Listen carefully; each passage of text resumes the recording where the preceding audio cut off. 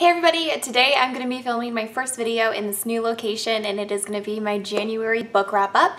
This is coming to you a little bit late because I obviously have moved and so everything is different right now. I'm not too sure how this is going to look when I actually go to edit it and you know what the background's going to be like, what the lighting's going to be like. So for the next few videos I'll kind of work on any of those tweaks, get everything so that it's perfect for you guys to watch.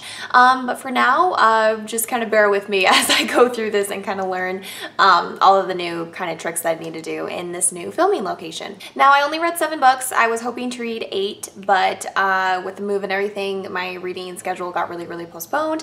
But I really ended up liking a lot of the books I read. So we'll try to go in order of which I have read these. The first book that I read was Night Film by Marissa Peschel. And this is a kind of thriller mystery novel. It follows a journalist named Scott. And Scott's career was kind of overturned when he did this piece on a director named Cordova, of which he kind of did some like slandery sort of things and he ended up losing his job. And so in the story, Cordova's daughter has committed suicide and Scott thinks that there's some sort of foul play here. And so he kind of goes on like this investigative journalist discovery to try to figure out what exactly happened to his daughter, whose name is Ashley, and also just figure out more about Cordova, who's this man that directs and writes like these really horrific movies. They're very scary, they're very intense. There's rumors about, you know, the stuff that happens in the films, the stuff that like actually he did to people, and there's just a lot of mysteries surrounding this man and then surrounding this case and exactly why Ashley would commit suicide, exactly how do all these different pieces to this puzzle sort of fit together. I gave this book I think a 3-star. It was good. It's quite a long book, like these pages are very thin. We got a lot of stuff packed in here and I kind of felt like it was unnecessarily long. I do like that it kind of has this like mixed media element. There's not tons of this, but every once in a while you'll get these pages where you get to kind of see like different emails and websites that Scott is reading. I think that that's super interesting because it kind of really pulls you in.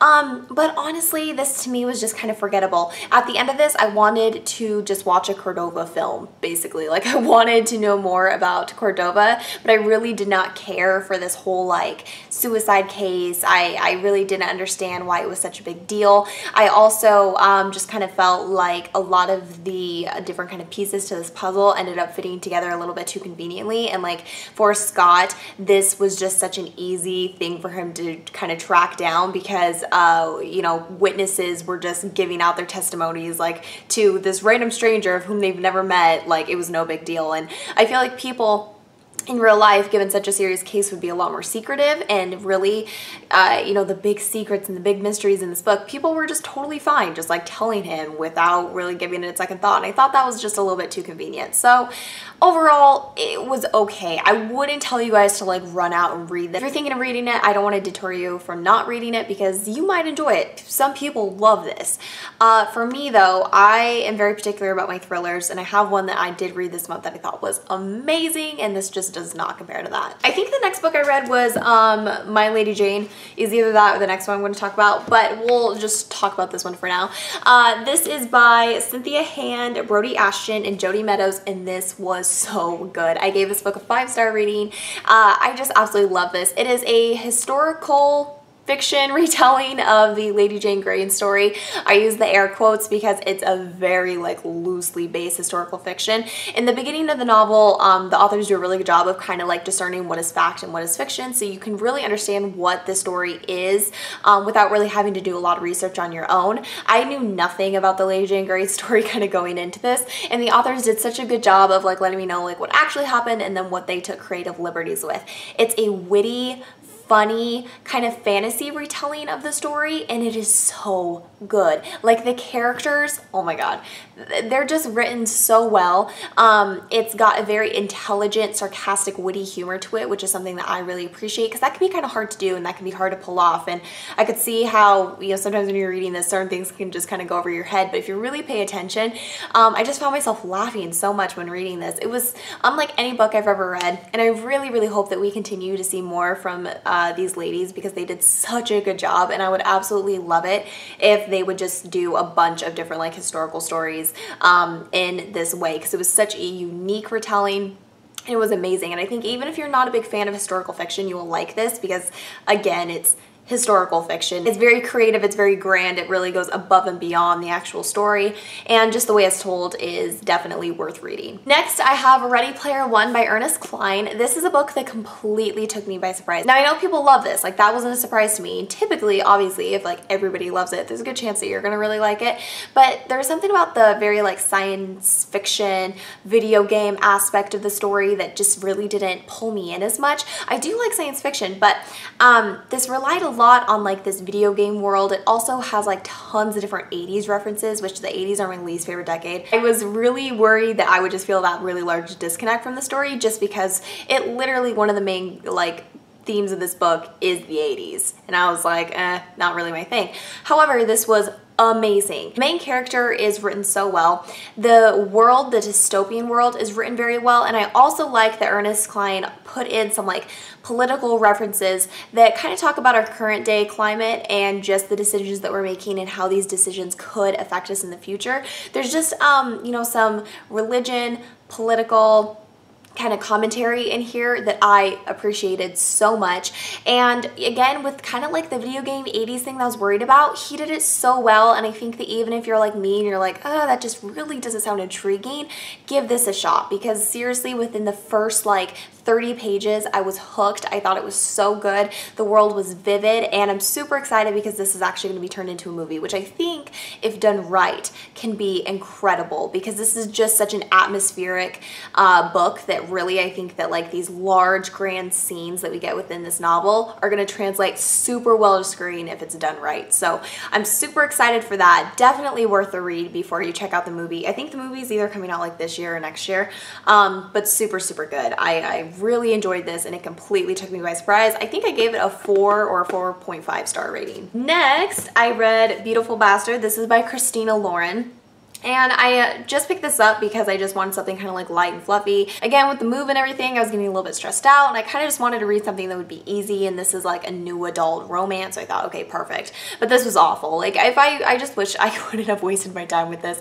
It's exceptionally cheesy. It's also like, for me, somebody who really likes strong female characters and likes relationships where we're talking about like consent and like, you know, I don't really like kind of like those ownership weird tropes that sometimes you see in romance. This just really wasn't for me. The main like guy in this book, and I mean that's why it's called Beautiful Bastard, is that he's just a complete dick. But like in reality, it doesn't like who cares like how good looking this guy is? The way that he treats this girl and like just the people around him. I mean, his personality should be enough like of like an off-putting thing so that you just don't want to like bang him all the time. It's just really strange. I mean, the sex scenes in this book were good, I'll give it that, but they also happened like way too frequently. Like literally every single chapter they were doing it somewhere completely unrealistic. Like it would never happen. And I understand sometimes with romance that's sort of the thrill, but it just really just kind of rubbed me wrong, and I just really did not enjoy this. I think I gave it a 1 star. I'd probably give it 0 stars if I could. And I should have known that I wouldn't like this. It was like fan fiction that's now published, and I think it was like Twilight fan fiction at that.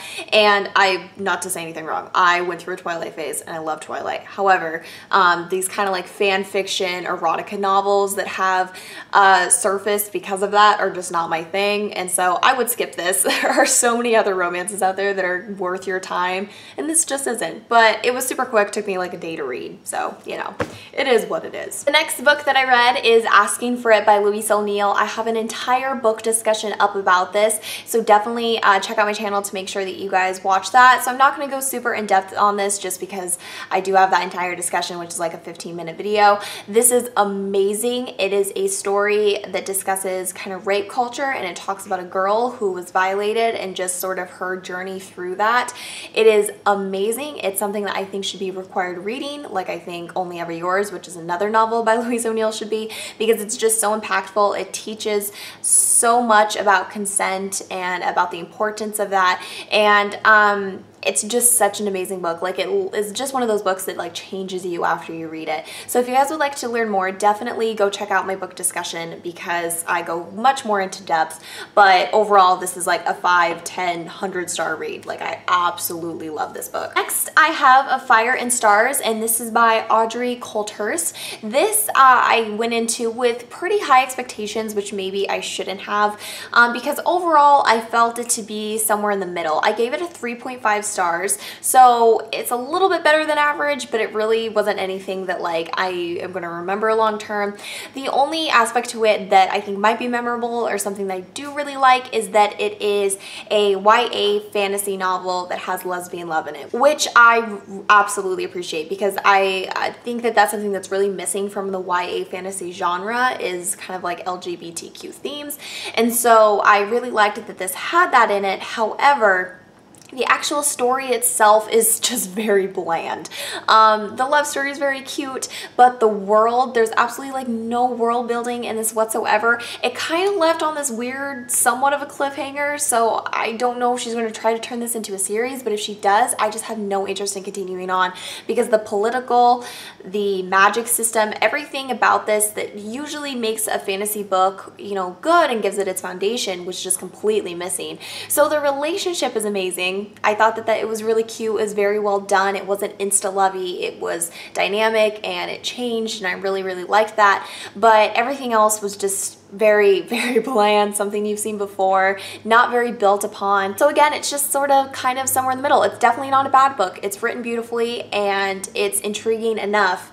It's just one of those that, again, I wouldn't go like screaming from the rooftops telling you guys to read like I would, you know, Asking for It or My Lady Jane or some of the other books I'm talking about in this wrap up. So it's all right. And then very finally, I have The Kind Worth Killing by Peter Swanson. Oh my God.